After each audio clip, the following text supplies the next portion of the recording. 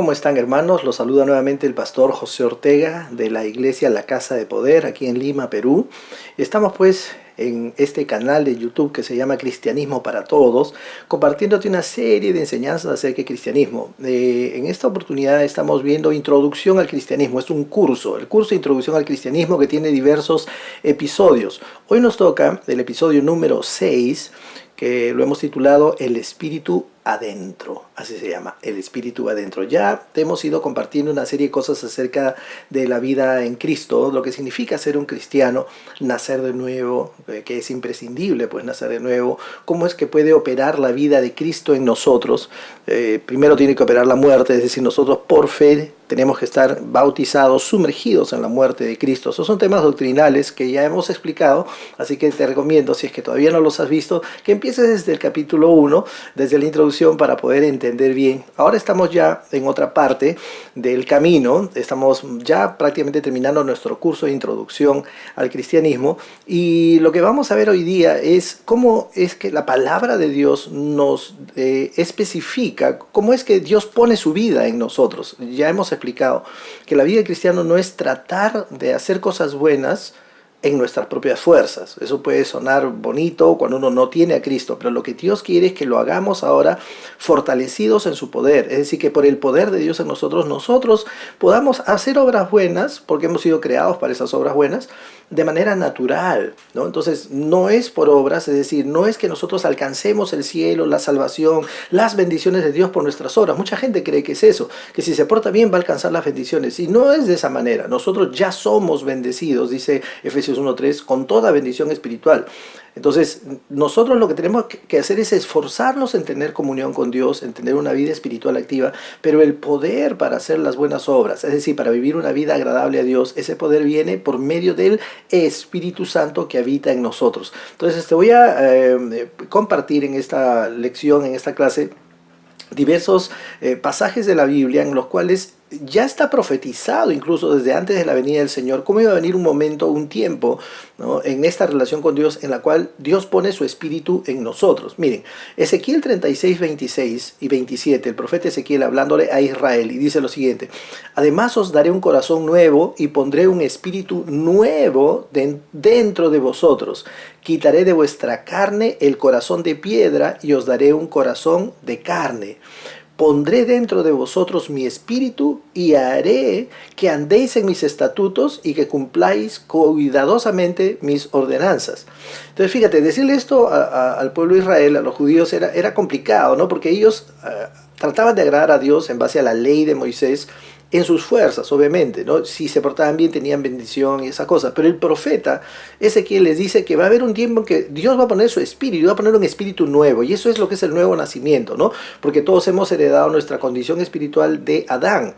Pero cuando venimos a Cristo, Dios pone un espíritu nuevo. Por eso decimos que somos nueva criatura, creados nuevamente. Es un tema de fe, no es que lo sientas. Tengo que sentirlo para que sea verdad. No, no es así. Primero lo crees. Una vez que lo crees, entonces vas a empezar a experimentar esa nueva vida. Es un tema de fe, ¿no? Entonces, aquí el profeta Ezequiel, ya 500 años antes de la venida de Cristo, ya estaba profetizando que Dios iba a poner, ¿no?, su espíritu en nosotros para que andemos en sus estatutos y que cumplamos cuidadosamente sus ordenanzas. O sea, el propósito es ese. Es que seas fortalecido por el poder de Dios mediante el Espíritu Santo dentro de ti, para que podamos cumplir la palabra de Dios, que no nos parezca difícil, complicado, ¿no? Muy bien, luego ya el Señor Jesús en el Evangelio de Juan, capítulo 14, Juan 14, del 15 al 17, dice lo siguiente, el Señor Jesús hablándole a sus discípulos, ¿no? Entonces en el Evangelio de Juan, como te dije, Juan 14, 15, 17 dice: si me amáis, guardaréis mis mandamientos, y yo rogaré al Padre, y Él os dará otro consolador, para que esté con vosotros para siempre. Es decir, el Espíritu de verdad, a quien el mundo no puede recibir, porque ni le ve ni le conoce, pero vosotros sí le conocéis, porque mora con vosotros y estará en vosotros. Mira, ahí está el mismo Señor Jesús explicándolo bastante antes de ir a la cruz. Entonces les dice que Él va a rogar y enviará al Consolador. Bueno, ya lo envió, ¿no? Y cuando nosotros vemos en la palabra de Dios el episodio de Pentecostés, vemos que ya envió su Espíritu y ya su Espíritu ahora puede habitar en cada uno de nosotros cuando nacemos de nuevo. El mundo no lo puede recibir. Nosotros sí, los creyentes, cuando venimos a Cristo, recibimos esto que es el Espíritu de Dios que habita en nosotros, y dice que es el Consolador. Qué interesante, porque una de las cosas que hace el Espíritu de Dios en nosotros es consolarnos. Cuando pasamos algún tipo de desgracia, algo que sucede, no debemos los cristianos inmediatamente cedernos a lo que el diablo quiere hacer. Satanás, que es una fuerza espiritual, ya hemos visto que es un ser espiritual de maldad, es lo que quiere es que nos entristezcamos. Y a veces creemos que es natural entristecerse, ¿no? Seguramente los psicólogos, los psiquiatras dicen, es normal entristecerse. Sí, puede ser normal, pero nosotros los cristianos tenemos el Espíritu de Dios que nos consuela. Entonces a veces pasamos por circunstancias que pueden ser tristes, dolorosas, tragedias, incluso porque estamos en un mundo en el cual es posible. Ahora, no debiéramos sufrir tanto porque estamos en Cristo, ¿no es cierto? Entonces, sin embargo, si es que nos tocara pasar a una circunstancia dolorosa, el Espíritu de Dios nos consuela. Jesús lo dijo en Juan 14, de 15 a 17. Nos habla del Consolador. Pero lo interesante aquí es que les dice a los discípulos, porque mora con vosotros. ¿Por qué moraba con ellos? Porque ellos estaban con Jesús y Jesús estaba lleno del Espíritu Santo. Acuérdense de lo que dice, ¿no es cierto?, la palabra de Dios en Hechos, que Él fue lleno del Espíritu Santo, ungido con el Espíritu Santo y con poder. Entonces ellos percibían que Jesús tenía un poder, ¿no? Estaba lleno del Espíritu Santo. Entonces Él le dice, porque mora con vosotros y estará en vosotros. Qué interesante, porque justamente de eso se trata. No se trata de que andemos con alguien, ¿no?, o que Jesús tuvo poder, sino que nosotros lo tengamos esa capacidad divina interior dentro de nosotros. De eso se trata el cristianismo. Luego vamos a ver, te voy a mencionar algunas escrituras donde la palabra directamente dice que nosotros somos templo del Espíritu de Dios y que el Espíritu de Dios habita en nosotros. Y las vamos a poner ahí en la pantalla. La primera es 1 Corintios 3:16 y también 1 Corintios 6:19. En estas escrituras el apóstol Pablo está corrigiendo a los corintios y los corrige diciéndoles que ellos son templo del Espíritu de Dios. Es decir, no debieran pecar, no debieran estar pecando porque tienen el Espíritu de Dios dentro. Entonces no debieran pecar. Seguramente los corintios no lo sabían, no lo conocían o no lo creían, ¿no? Entonces por eso es fundamental para tener una vida agradable a Dios que tú sepas que eres el templo del Espíritu Santo, y tampoco por eso puedes someter tu cuerpo al pecado. ¿Por qué? Porque tu cuerpo pues ahora es templo del Espíritu de Dios. 2 Corintios 6:16, otro pasaje que habla de lo mismo. 2 Timoteo 1:14 dice que el Espíritu Santo que habita en nosotros. Romanos 8:9 y Romanos 8:11 nos dicen también que el Espíritu que ha resucitado a Jesús entre los muertos habita en nosotros. ¿No? Más adelante vamos a explicar un poco más esto de lo que significa la vivificación de nuestro cuerpo mortal, de la que habla Romanos 8:11.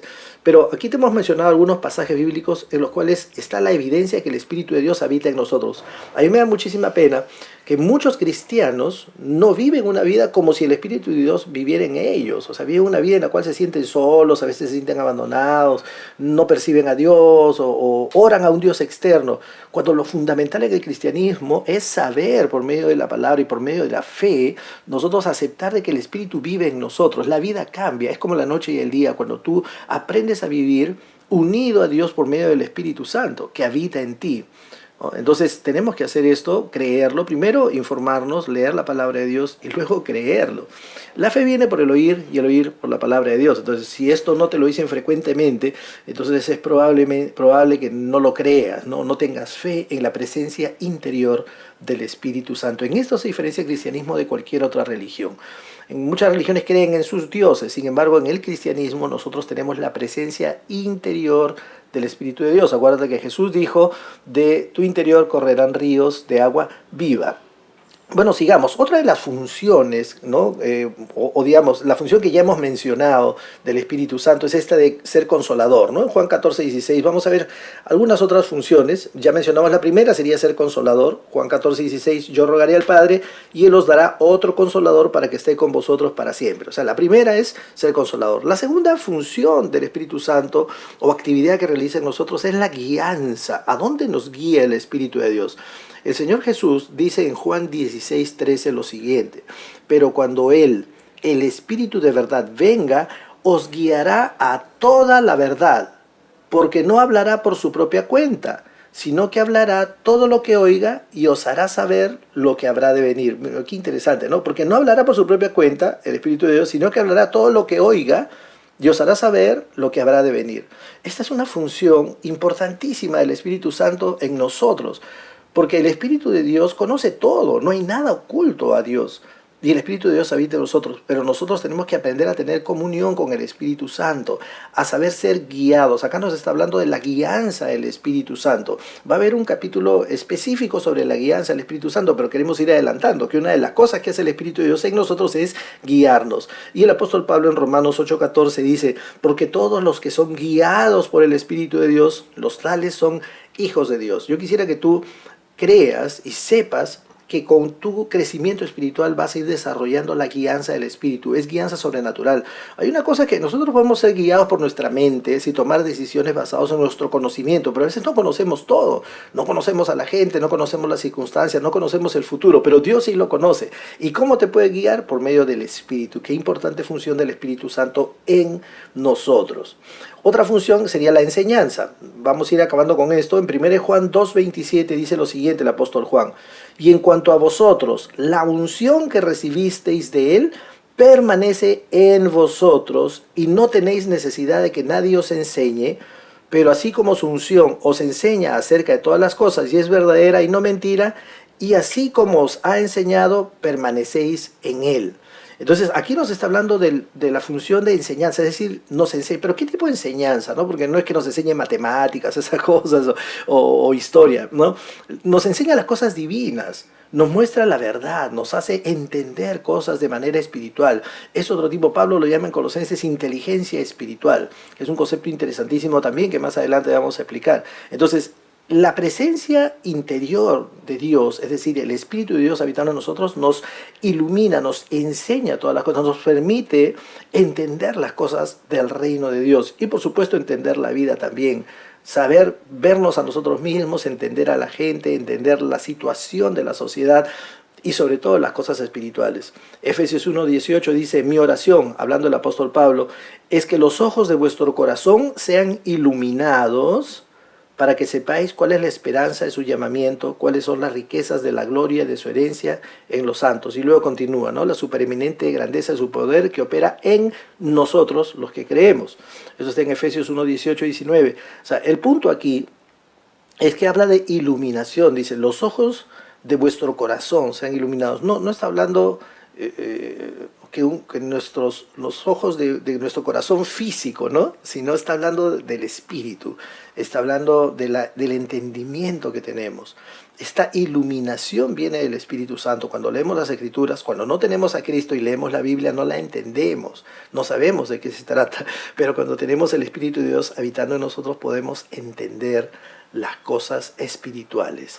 Muy bien, entonces vamos terminando este episodio que ha sido el episodio 6, el Espíritu Adentro, y nos vemos en el siguiente episodio, en el episodio 7, que vamos a continuar viendo este trabajo interior que hace el Espíritu Santo en la vida de los creyentes. Nos vemos, soy el pastor José Ortega de la iglesia La Casa de Poder y este es Cristianismo para Todos. Nos vemos.